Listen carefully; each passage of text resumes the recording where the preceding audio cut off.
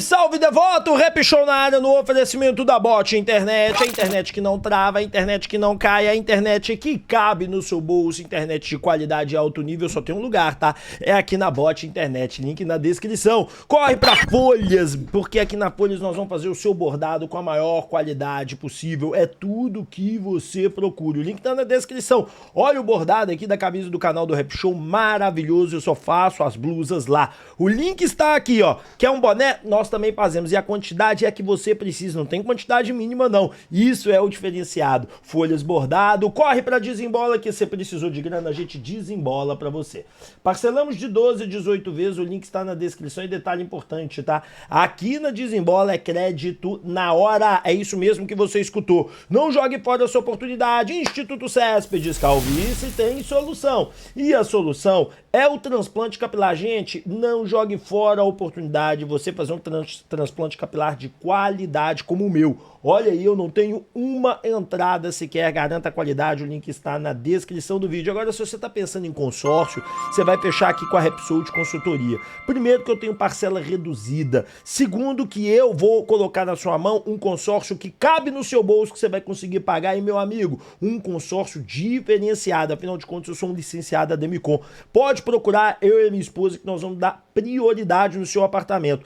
Quer tirar sua casa, seu lote, a sua casa? Para de correr contra o seu sonho, corre pra cá, corre pra Repsol Consultoria. Bora falar de Galo, bora fazer a nossa resenha. Vídeo rápido, rasteiro pra vocês. Primeiro, poucos ingressos restando, tá? E infelizmente é aquilo que eu disse mais cedo, somente os ingressos mais caros, né? É complicado, a Federação Mineira meteu a mão mesmo, mas eu avisei vocês, né, gente, que a Federação Mineira ia entrar com os dois pés assim, rasgando, porque, gente, era muito óbvio que ela ia gastar o que tinha e o que não tinha nessa situação. Era muito óbvio que ela ia entrar com os dois pés nessa situação e era muito óbvio que ela ia tentar ganhar o máximo de dinheiro possível. Eu sei que renda, parte das rendas vão para os clubes, mas ela é que determina, parte da renda dela e ainda tem o dinheiro lá da Minas Arena. Então assim, cara, infelizmente sobrou o ingresso dos ricos. Agora é ver as cenas dos próximos capítulos e ver como é que vai. 2 ingressos aí, puxado o preço, viu? Bom, bora falar agora de gastos na janela. Gente, eu queria comentar sobre a questão dos gastos nas janelas do clube. Eu já fiz alguns vídeos sobre isso, mas um vídeo me chamou a atenção. Um vídeo não, uma postagem me chamou a atenção, que é essa daqui. Olha que legal, olha. Curiosidade, tá? Dos 5 times que mais gastaram em 25, os 4 continuam no top 5 da atual temporada. Palmeiras, Flamengo, Fluminense e Galo. E aqui desse ano é Flamengo, Palmeiras, Cruzeiro, Fluminense e Galo, porque o Botafogo saiu fora, né? O Botafogo gastou na janela passada 665 milhões. Uma janela completamente extravagante de Palmeiras e Botafogo, né? Que não ganharam nada ano passado. Olha que interessante, né, cara? Tanto o Palmeiras e o Botafogo não ganharam nada naquela janela do ano passado, mas o Palmeiras já tá na final desse ano, do Paulistão. E esse ano, Flamengo, Palmeiras muito mais moderadamente, o Galo ainda entre os 5. Lembrando que essa janela foi a total de 2025. Essa é do meio do ano e o Flamengo já gastou 341. Claro que tem do início do ano, claro que tem a janela do meio do ano que pode dar uma abertura legal. Agora aquela história, né, que o Galo não gasta, cai por terra, né? É aquela galera do Twitter que não sabe porcaria nenhuma e fica rotando lá conhecimento do futebol. A verdade é que o Galo gasta mal, mas gastar, gasta.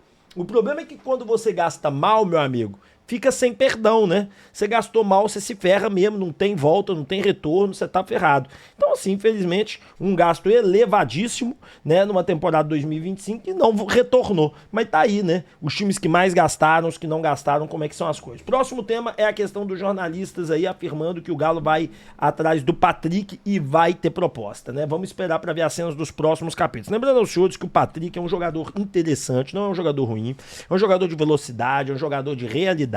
Eu entendo que o Patrick pode dar muito certo no Atlético, tá? Eu entendo mesmo que o Patrick pode ser aquele jogador que pode virar, mas não seria a minha contratação, tá? 26 anos, tá? O Diego também chegou mais velho, ganhou o coração, se tiver qualidade e raça, leva. O problema que eu vejo no Patrick é que eu acho que o Dante é melhor que ele. E eu vejo que não vale a pena fazer um investimento tão alto assim nesse atleta. Eu, particularmente, preferiria investir em outro. É apenas uma opinião, mas ao que indica, o investimento vai vir por aí. E outro ponto é que zagueiro continua na pauta, tá, gente? O próprio Fred Augusto confirma essa informação. Vou mostrar o tweet dele aqui agora pra você, só um segundinho. Tá aqui, ó.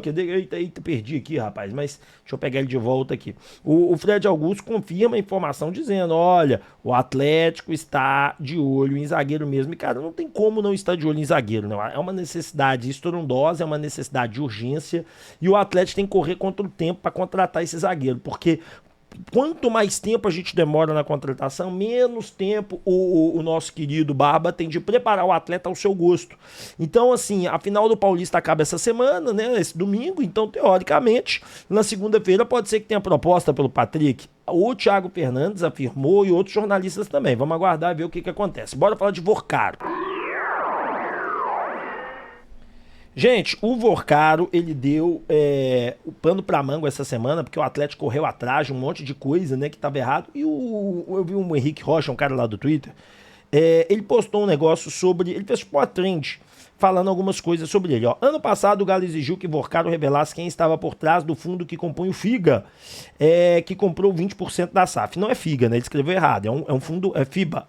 É FIBA, né? FIGA é um outro esquema. Porque pela lei da SAF, a SAF tem o direito de saber quem são os donos do fundo. E o Vorcaro tinha comunicado que ele era dono de 100% das contas, mas era mentira. Quando saiu a ação da Polícia Federal na Carbono Oculto, apareceu uma informação que ele não era o único sócio, porque eram 5 ou 6 fundos donos de outro fundo. Ele não respondeu o pedido de informação da SAF, o que foi quando eles afastaram ele do conselho da SAF e de qualquer outra posição no Galo.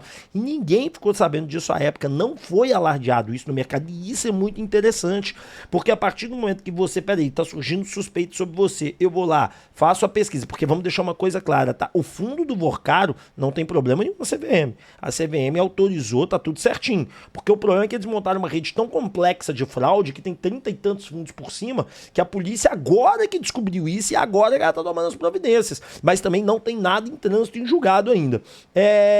E aí, quando o Atlético pediu para ele responder e ele não respondeu, passou-se o tempo e ele negou a responder, o Atlético tirou ele do conselho. Parece que ele é dono de 90% e 10% são de um fundo que ainda não sabem quem detém as cotas. Pode até ser o próprio Vorcaro, mas não é público ainda. Agora é aguardar o resultado final para a saída total do Galo. Aí muita gente fala assim, Rap, vai vender o fundo do Vorcaro? O que vai acontecer? Como é que vai ser isso? Cara, eu vou deixar muito claro para vocês como é que vai ser. Por exemplo, ano passado. Só que o Palmeiras, uma torcida bem menor que a do Flamengo, faturou 1,8. O que isso quer dizer, cara? Isso quer dizer alguma coisa do tipo, talvez a torcida... Deu um pau aqui... Porque deu pau aqui na parada, tô pausando, o negócio não pausa. Beleza, agora foi. Então a parada é a seguinte, o que vai acontecer caso a polícia, o Ministério Público, depois de todos os problemas que o Vorcaro tem, ele determine que ele venda as ações dele para pagar as fraudes dele. O Atlético é o primeiro a comprar, pela lei ali do Galo, ali pelo regimento ali do Galo, eu esqueci, né, como é que é o nome, mas pelo regimento interno da SAF, você quando vai vender, você tem que primeiro oferecer pelo preço de mercado às pessoas que estão em volta. E depois sim pode ir vender para um terceiro se ninguém quiser comprar para um leilão. É assim que funciona o caso Vorcaro. Bom, vamos continuar aqui agora. O Franco ou o Preciado. Quem tem que jogar? Bom, senhoras e senhores, a questão do Franco ou Preciado é a seguinte. O Franco é um cara que joga defensivamente melhor, ele fecha espaços melhor, ele trabalha defensivamente melhor, é a minha opinião. Já o Preciado é um cara que sobe mais ao ataque, agride mais... Opa, foi mal, gente. Agride mais o campo ofensivo, ele é mais ativo lá na frente. Então, qual que é o melhor para jogar no domingo? Na minha opinião, o Franco. E por quê, cara? Porque o Franco protege melhor. Você coloca o Maicon de primeiro volante, ou estreia o Tomás Pérez e coloca o Maicon de segundo volante, ou coloca o Maicon de primeiro volante e solta o Cissé de segundo volante. Qualquer um dos dois funcionaria melhor. Qualquer um dos dois daria certo. Então, assim... Peraí...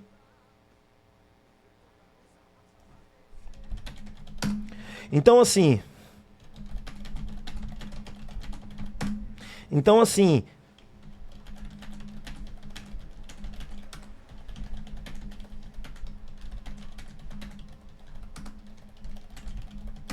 Então, assim, só responder minha mulher aqui, que ela não para de me mandar mensagem, vocês já viram, né? Se não responder, dá problema.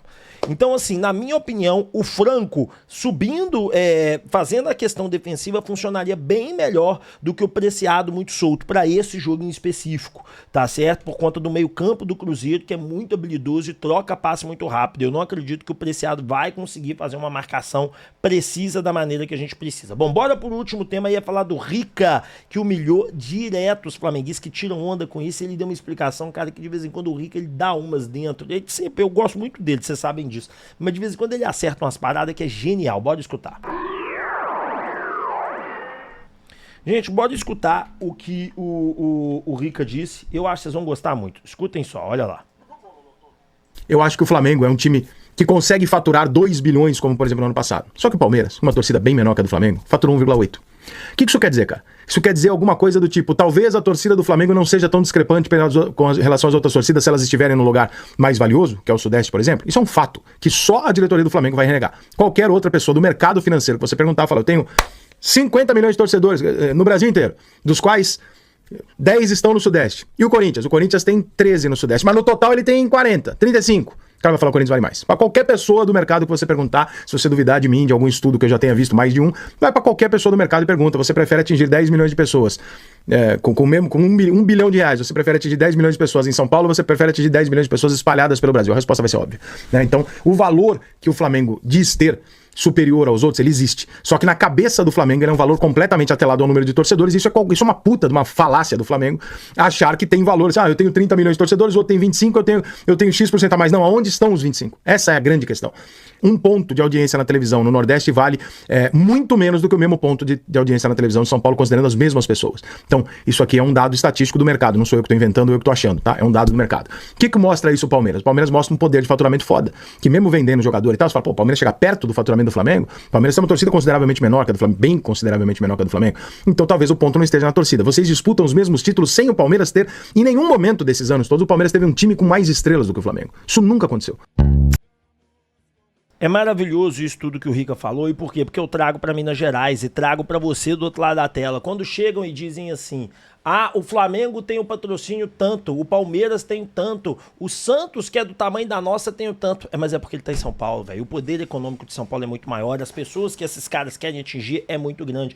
Casa de bet desvincula um pouquinho disso, porque você pode fazer uma casa de bet querer entrar no mercado, igual foi o caso da H2, que ela veio pra cá pra o quê? Pra ela poder entrar no mercado, ela só era conhecida em São Paulo, né? Eu nem sabia que a H2 tinha casa de aposta antes de vir pra cá, só conhecia a casa de H2 de pôquer. Então, são essas coisas que fazem uma diferença gigantesca, grande, absoluta no final das contas, e muitas vezes nós não temos percepção. E esse dado que ele traz é fantástico, porque é a verdade. Onde você for, você vai escutar 1 milhão de pessoas em São Paulo ou 1 milhão de pessoas no Brasil inteiro. São Paulo, é claro. É óbvio, porque o dinheiro tá ali, entendeu? Então, assim, é uma questão muito boa de discutir, principalmente quando você vai tratar outros aspectos. Você quer ver um outro aspecto que eu sempre trato no canal e a galera fica puta?